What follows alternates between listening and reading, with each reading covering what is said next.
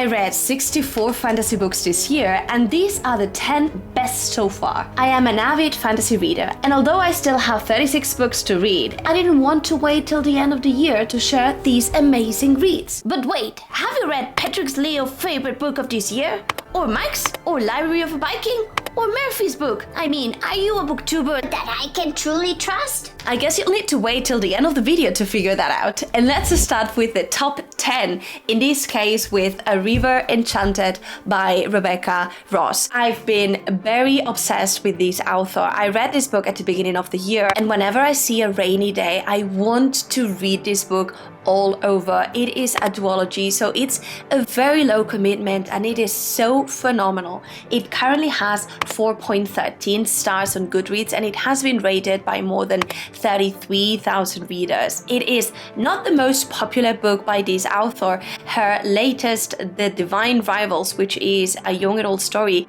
it's gaining so much hype and popularity, and I don't agree necessarily with that. I think this one, it's amazing. It is adult fantasy and it is just perfect if you love Madeline Miller, The Song of Achilles, Circe. It is phenomenal, and it really follows the same kind of prose structure where you are lost in the words. It is very character driven, and although the story has a mystery at its core and it has a very lush and whimsy setting, this environment where you have this island in Scotland that it's divided in two and girls are missing but the spirits are also there, it really is a book that can be read slowly with a cup of coffee or tea, and it just screams, read me slowly and savor me. In the top 9, we change completely from something that is super whimsy to something that is very, very dark with The Justice of Kings. High stakes. We follow mainly one girl and she's chasing this man that is the Justice, and he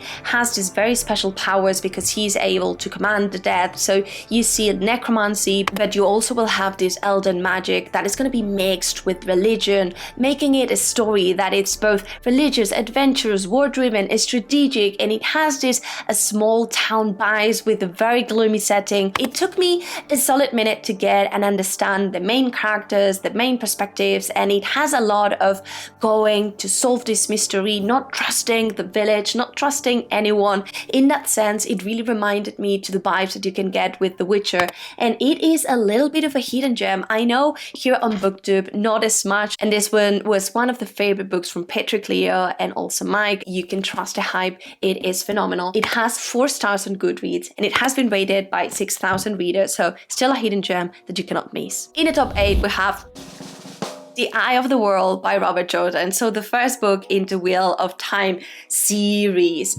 This book was such a ride. It definitely had a lot of red flags for me and things that I did not necessarily enjoy, but ultimately I acknowledge the point that it made me feel so much. It reads as classic fantasy and it has these wonderful tropes of the chosen one, friendship. It has this coming to power, the good one versus the dark one. It just was so fascinating. I made a specific review for this one, a very long one. Wheel of Time is Daniel Green's favorite series of all time. And number 1 is The Wheel of Time. No, the show didn't drag it down below number 1. It will forever be the most important series I have ever read. And I knew that I needed to read it this year, especially with the TV series coming, and I don't want to be spoiled. The prologue and the first chapters of this book are so amazing. And throughout the story, although I saw a lot of points that were repeated, and yes, I was sick of Matt and Rand going in,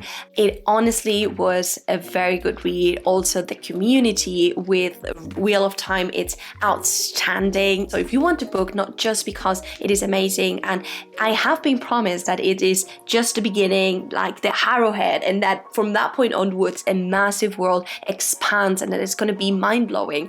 The community, it's something else, truly. It is phenomenal. In the top 7, we have a book that I was really surprised, and we have Malice, the first book in the Faithful and the Fallen series. This is a concluded series. It has been loved by so many people. It's from John Wayne, and I read before Shadow of the Gods, and I enjoyed it, but I was not really a fan. So I came to this book expecting something similar, like liking it, but not loving it as much. And although it took me a solid minute to get to understand the different characters, I was so in love with the world. It reads as classic fantasy, but it's modern. It also has this fight between the good and the evil, and you have such stereotypes in fantasy, like the wizard, the bad is very bad, the good feels really good, and you see things coming, but at the same time it is savage and you cannot stop reading. I've been told that from book 2 onwards the pacing it's going to be incredibly fast. This one wasn't as much. It again has such a great community, and it just gave me that, gosh, I really love fantasy that I was not picking up from a lot of books. So really, if you want something that will get you this perfect blend of character but also plot driven, this is amazing. In the top 6, and I bet you're going to be surprised about this one, we have A Sound for the Wild Built by Becky Chambers. This is such a very short novella. It has 166 pages. It can be read in a sitting. The narration is also phenomenal. It won the Hugo Award last year, and it is all about a cozy story. It is very reflective. It explores a topic that I did not know before, which is this solar punk subgenre of sci-fi, although it's also a blend of fantasy, and it basically explains us that the future can be better. It leans more towards a future that leans towards nature, towards sustainability, rather than a dystopian future where things are just collapsing everywhere, or a very steampunk, futuristic setting. I know in my heart of hearts that this is a story that potentially has 4 stars, but to me, and with my heart, it was a 5 stars because it just came in the perfect moment. I loved it beginning to end. I was very stressed when I was reading it, and it just soothed me to my core. It reads as a warm hug. It is so easy to read, but it is so philosophical. It follows the story of Dex. They are a tea monk, and they basically are offering a cup of tea to whoever needs that. One day they discover that they are not feeling happy or fulfilled, and they start this very low stake quest of finding happiness. And along that journey, eventually they will meet Moscap, which is a robot, because in this world robots eventually gain awareness, and they said, humans, we don't want to work for you anymore. And humans were like, okay, fine, go be happy. Imagine. In the top 5, we have the favorite book or books of Patrick Lear, of Murphy, and also Larry of a Viking, and that is The Dandelion Dynasty. Yes, I loved it so much. It is still somewhat a hidden gem. I understand that in Booktube it's been talked about more, but beyond that, people not necessarily know it, and I really enjoyed it. It reads very as historical fiction, really as a history book. This one especially, it is very character driven. Each chapter, it is very short, and it's a part of the story that always advances, and I love that. I loved how well these characters are written. Ken Liu, it's just a master genius. I cannot imagine the capacity that you need to have in order to write something as big in scope as this story, with as depth with the characters, their emotions. In this book though, I was not really connecting with their emotions because you were not actually getting into the inner thoughts of these characters. But then I read The Wall of Storms, which is the book that it has been pitched as the best book for a lot of people. You go then for something that reads more as an epic fantasy, because you then move towards this war that it's unraveling these different characters, and then you get to know way more about these characters, their feelings, their inner thoughts. So in that sense, brilliant. I think I was more fascinated by book 1 because also the world was newer, but in this case, it is phenomenal. I am pausing with book 3 and 4 because it has been said to me that you need to read both at the same time, and my goodness, that is a huge commitment. Follows different characters throughout different generations, and your mind will explode. While reading this, I felt that I was being smart, and I loved how well crafted the world was, how it was impossible for me to tell what was gonna happen. I was hooked to the pages, no end. Very word driven, very strategic, and it currently has the first book 3.77 stars. Like, how dare people rate this book with less than 5 stars? Oh my goodness. And then book 2, it is bumped with 4.33 stars, although always book 2 are usually higher stars, because if you don't like that, then you don't continue reading necessarily. But honestly, such a good read. The hype, it's all real, and I hope you enjoy it, because I did not thought I was going to be one to love it, and I am consumed by this. In the top 4, and continuing with reads that I was sure I was going to hate, we have a favorite book from Patrick and Mike, and this is Empire of a Vampire. Wow, this is amazing.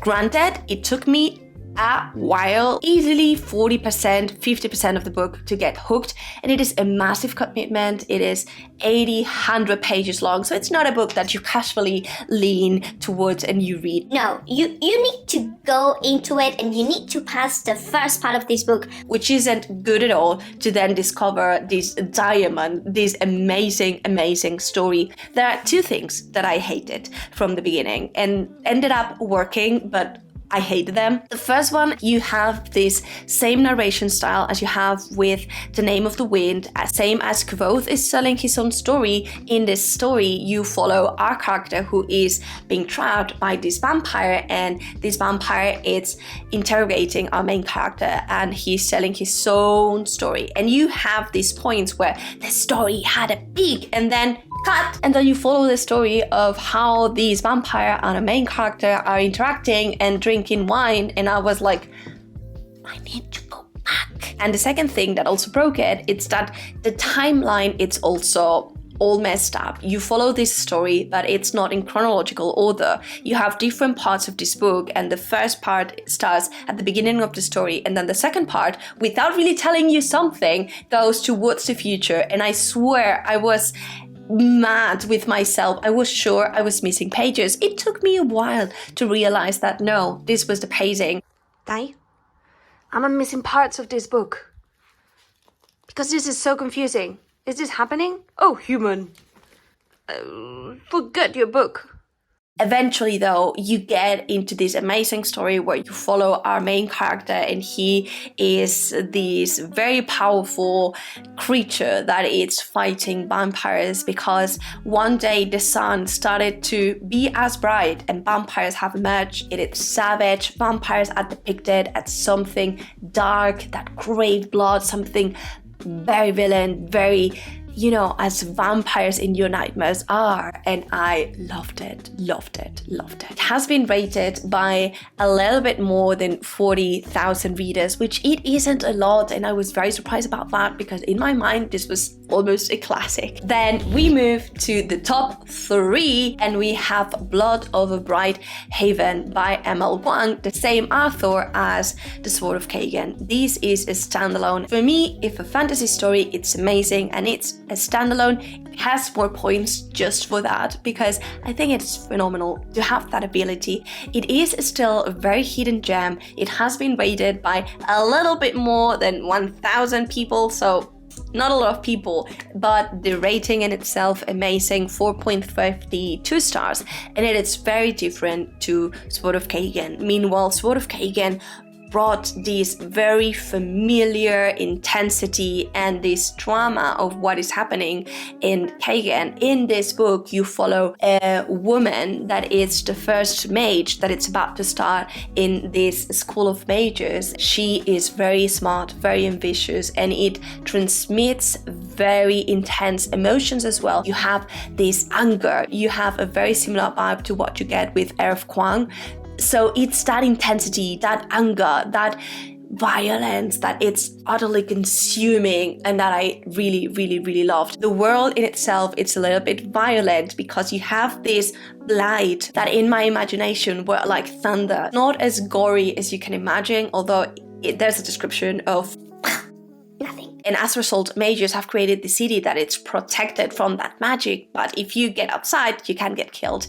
And these mages want to push that barrier. Argyle wants to be one of the first trying that, but what she discovers will impact everyone. It's a dark academia, and it's done in a way that it's phenomenal. It talks about really intense feelings, sexism, and also colonialism, so beware of that, but it's done in a way that will fascinate you. I promise you, it is amazing. And because we love contrast, in the top 2 we have Yumi and the Nightmare Painter by Brandon Sanderson. This was secret project number 3. I loved it to pieces. The setting and the world building and the magic and the characters, it's what incredibly fascinated me about this story. I don't believe I read a Sanderson book, Well, maybe Stormlight. with a world building that was as vibrant to me. We have 2 worlds. In one hand, we have this very dark place where the only ways of lightning are 2 lines, 2 neon lines, one blue and one purple, and that goes all the way through. And in this world, nightmares come to life, and we have these sorcerers that are able to paint those nightmares, and while doing so, trapping them and, ensuring that they go away. I thought that as a concept was fascinating, and also there are illustrations that are just out of this world. This is such a phenomenal book. And in the other world, we have this more beautiful, whimsy, Asian-inspired world where people are really close to the gods, and we have Argyle that it's able to commune with them. And the gist of the story is that these 2 characters one day will be linked. One will wake up in the body of the other, and they will need to realize what to do. It is beautiful, and I cannot recommend enough. And what about your top 1? Is it going to be something that only you have read, or is it something that all the booktubers have also read and loved? In this case, we have the most amazing book that I've read this year, The Will of the Many by James Islington. This is the same writer as the Lycanus trilogy, and I am mesmerized about how much I love this book. Still to date, I am thinking about this. There are so many things that I am not sure I understand. I very easily can get into a rabbit hole into Reddit trying to understand the ending and the different perspectives or potential ideas, and I love that from a book. It has this blend of fantasy and sci-fi. It's one of Patrick's favorite books of this year, and I cannot recommend this enough. I am mesmerized. It has this Roman Empire inspired setting with the military academic theme at its core, where we follow this character where we don't know much about him, but we just know that he needs to infiltrate this school and he needs to figure out something that happens. It is very reminiscent to Red Rising, but it's done, in my opinion, better, which is a bold statement. 2 action scenes that are mind-blowing and that are very consuming. The pacing, it's very on point, and to me it is a perfect blend between a character-driven but also a plot-driven story. I resented having plans. I just wanted to read this. So if you're there, you're waiting for a book to have 6 stars this year, please give The Will of the Many a try. You won't regret it. It has the highest rating on Goodreads from this list. It has 4.67 stars. Yeah, granted, it has only been read by 5,000 readers, but those readers know their stuff. And let me know down below what have been the best reads that you read so far, because I still have 34 books to go and I can definitely introduce your best read so far. Thank you so much to my Patreons who joined the Ingwardian Society and are helping me save the book spirits.